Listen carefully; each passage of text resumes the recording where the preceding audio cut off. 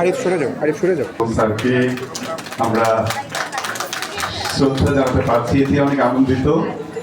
এরপর আছেন আমাদের ডিন স্যার, আমাদের চঞ্চল স্যারকে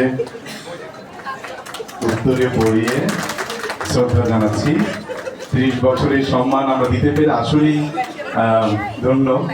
আমাদের আপনারা তো অনেকেই জানেন না, ইনি এখন অনেক